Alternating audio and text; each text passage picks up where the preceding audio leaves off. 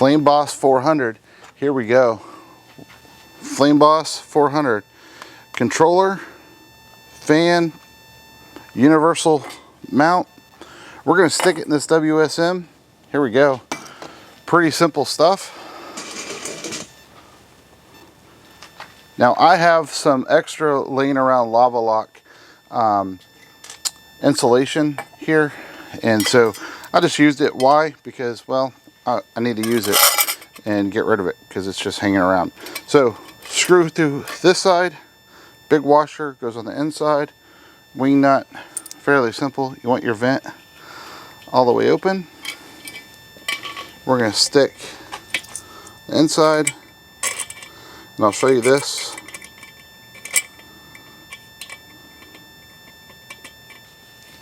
Here's the inside right here. Just getting it tight. It's that simple. Little insulation on the inside. Now I had some, I don't know that you need to go out and buy any. I just happen to have some laying around and it was going to get ruined or thrown away, so I just decided to use it on here for a little added security. Now your fan just simply goes in and rests down. This is a really simple installation. All your plugs on the bottom side here. Now you can't put it in upside down, and that gives you some weather protection because it's upside down here. And away you go. It's pretty simple. Takes a regular 5-volt power. I think I'll use a battery on it most likely. And you've got a temperature probe. This was for your pit, and a meat probe. This goes into the meat, pointy side. We're going to unwind them. Let's go ahead and I'm going to go ahead and fire it up on the phone, get it connected, and heck, we've got a pork butt sitting inside, so we're going to go ahead and throw a pork butt on it. Thanks for hanging in there with me.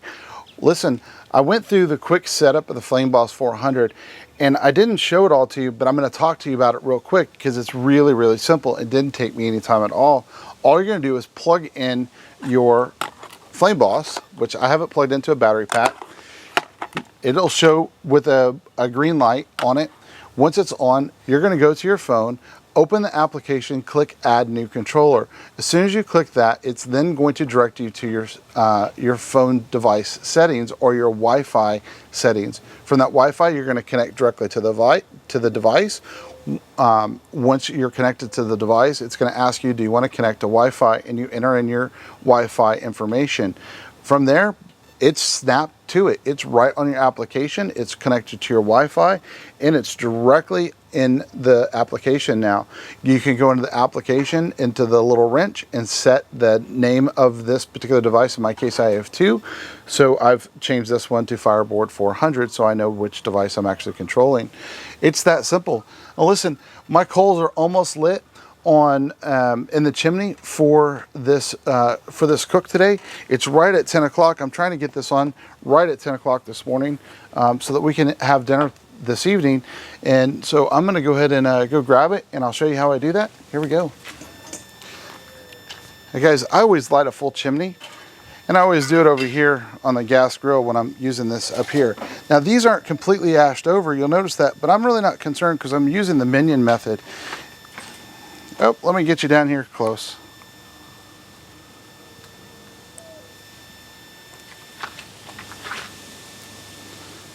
Now guys, I'm using the minion method, so I'm not really that concerned if those top coals are lit or not.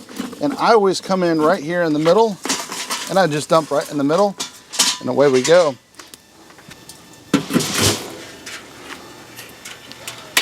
All closed up. We've got plenty of power. We are, we're not very smart. We're going to hang that right there. I did, and you'll have to notice, those cables are going to have to go to the probe. So originally when I set the grill up, my door was on the other side, so I had to rotate it around. Not a big issue, just something to think about when you put it together. We'll let this thing get up to temperature, let it get all smoky and hot all the way throughout. I'll brush it down, get that pork butt on, and we'll be eating pulled pork for this evening. The FlameBoss is reading 251. The trusty old Tell-True is at 240, I don't know, right around 240-ish. So pretty darn close. We're gonna go ahead and bring that over. Hey, Connor, can you bring that over? And I'll take that. And can you grab the lid, please? Awesome. Thank you. We're going to go ahead and grab this. Give me that. Right. And that probe might be a little warm. All right. There we go. Set it on.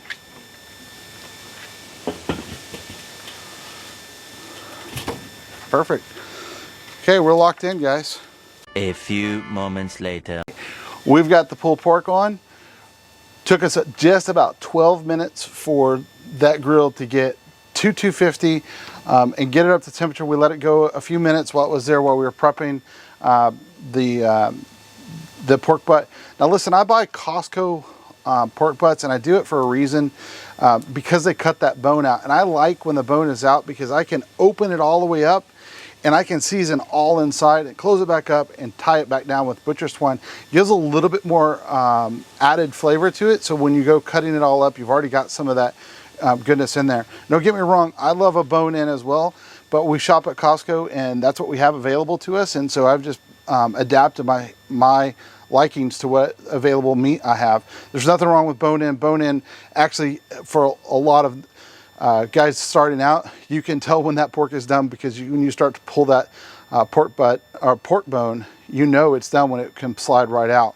Listen, I hear this fan kicking on, but it's really quiet. It kicks on for a few seconds and then it's off. And just looking at the chart right here, it's perfectly steady. Now the meat just dropped off real lightly, and I'll see if I can get you in there. You guys see that?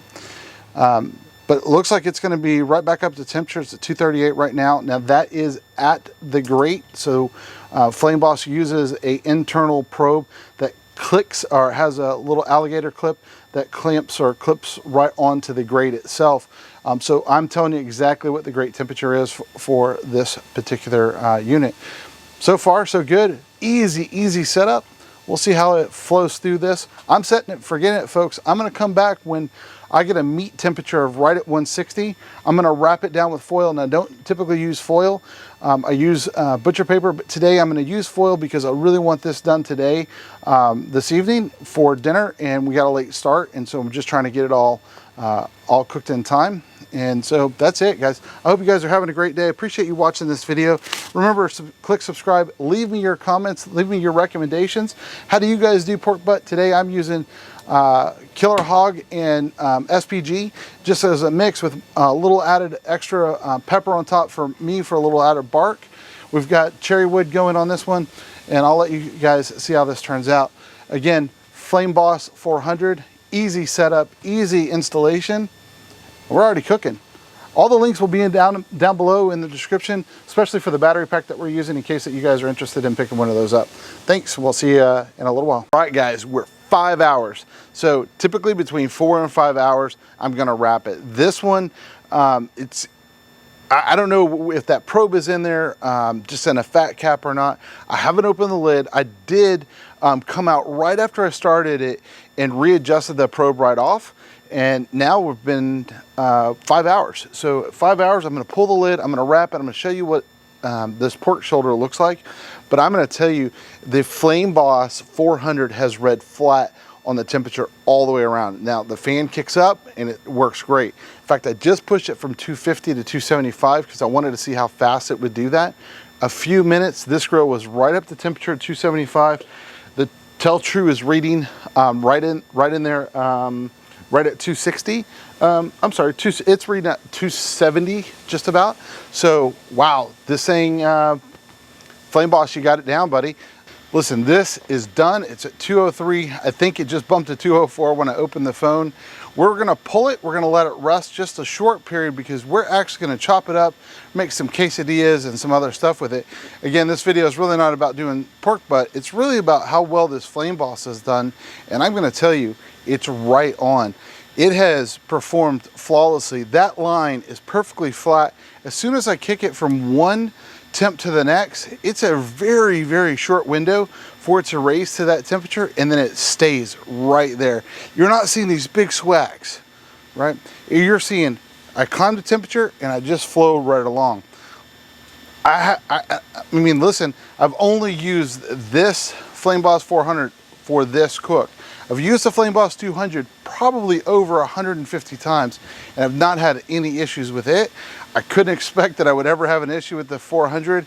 I am super stoked to have this. I'm super stoked to make my Weber Smokey Mountain, my WSM, that much more efficient and that much easier to use. All you guys out there that are pulling digital controllers, Wi-Fi or Bluetooth, it's only a small incremental increase to go with this that's all inclusive of the fan, and it really turns into a true set it and forget it. I've only come out one time to open the lid, and that was right after we started. I opened it and I readjusted the meat probe because it wasn't sensing anything. I think I had it stuck right in fat cell. Anyhow, this thing has been absolutely perfect. Again, I appreciate you guys watching. Thanks, and we'll see you on the next one. God bless you guys. All right. Listen, I told you this whole video was about the FlameBoss 400, but we can't just run it without testing some food. So here comes this pork butt.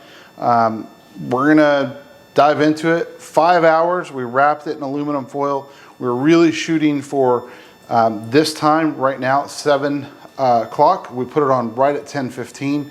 So, you know, 9 hours just about or so. It's been resting on the counter for a little bit. We're gonna dig into it. You guys come on, check us out.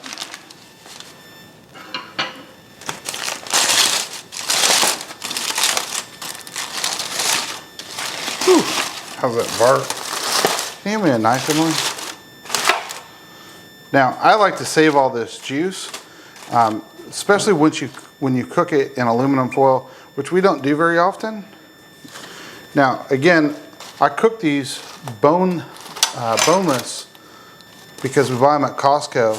And so we butcher twine them to hold them together just so they'll stay. Gotta make sure you get them all out because there's nothing worse than trying to floss your teeth with butcher twine. All right, here we go. This stuff is really jiggly. It's just gonna try to fall apart in my hands. Look at that. We're gonna save all of that. Whew. We might dump some of that. There's a lot. Look at that. That is just absolutely fantastic. To the sink we go. And look, I brought out the good old forks, but this stuff just shreds apart. Now, it's a little mushier than I like, but actually, I don't know. I think once we get it all pulled, drained off, and get seasoned up, we will add a little bit more seasoning to this, and we'll, guys, really hot. You want a sample?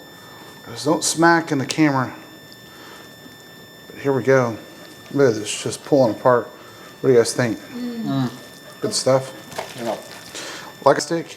Oh yeah, that's perfect. Look at that, just peeling apart. Guys, I'm gonna continue to slice this up. I'm gonna drain it and strain it. I'm gonna put a little bit more of the original season, a little bit more salt and pepper on it, some barbecue sauce in it. We're golden. Thanks for watching. We'll see you guys on the next one. God bless you guys.